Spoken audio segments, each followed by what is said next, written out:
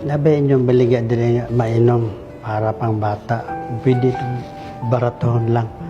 Ay, sir, ang amo or bang mga drinks diri sir kay kuan 100 kapin sir. Okay ra?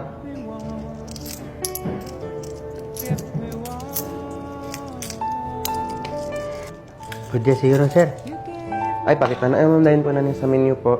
Naraman diha nakasulat po. Istorya lang po din kung unsay flavor.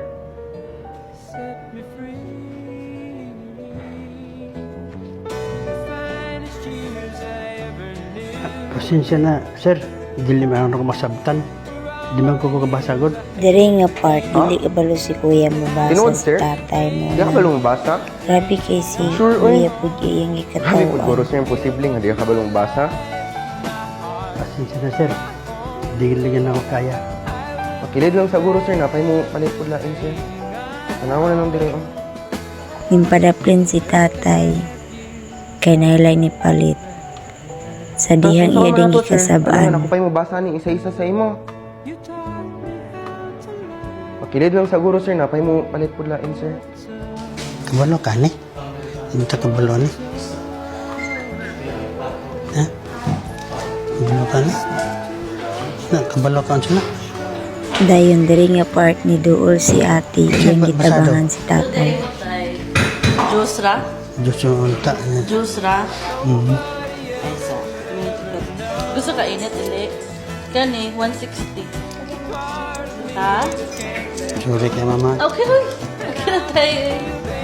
Bug na ni Oreo. 160. Pila man yung kwarta? Igura? Kulang siguro, ni. Ah, sige. Ako na lang ito.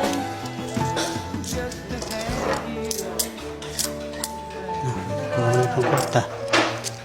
Kung may smoothies nila, Smoothies. kari din ako ng strawberry cream. Pwede sa si Papa. Atong dala ni mga gamay, sir. Opo. Oh, kani siya. Oh. Sige, ma'am, salamat, ma'am.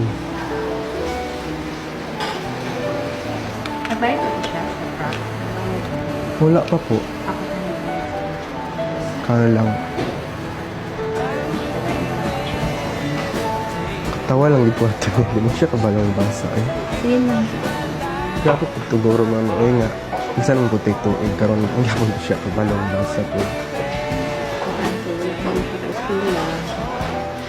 Kaya lang kayo siya sweet kayo. Kasi ang pat na lang kang kuan lolo kay tatay ko.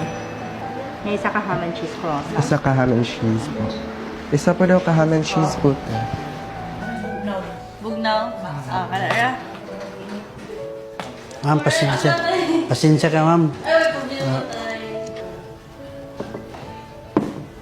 Ma'am, dili man sa kuhan ma'am. Okay, no worries. Dili ma'am ba kayo kung sige mo nga itong tabangan ko ma'am. Kasi magsalig mo sila ma'am. Ah, sige na. Sa karon ro. Dili tanang tao no nga kabalo gyud mo basa pareha ni tatay.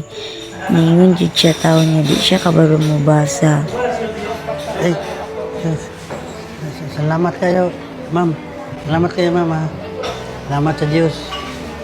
Swerte lang jud kay ta Salamat kay kayo po. kabaluta mo basa no. Nasamaan ako ng loob. Ako gusto akong mag-stand up doon pero hindi ko gusto mag-cause ng scene. So, ano naman, happy naman ako kasi merong mga tumulong.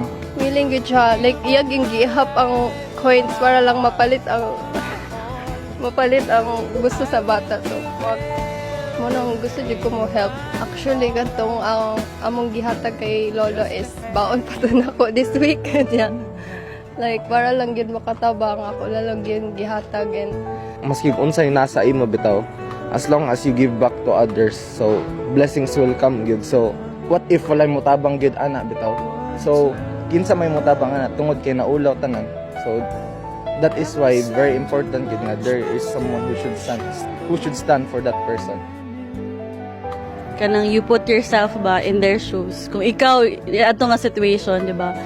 Di siya gusto mo tabang. But ako, I myself know nga how it feels ba nga may nana, maulawan, inana. So, blessed lang ko kay na yung mga tao nga nitabang sa ako. That's why I'm just paying forward. Masaya.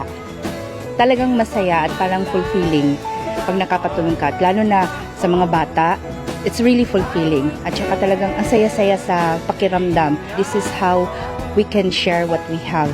So since we have something that God is always giving us, so ito yung kasi ang sarap talaga sa feeling.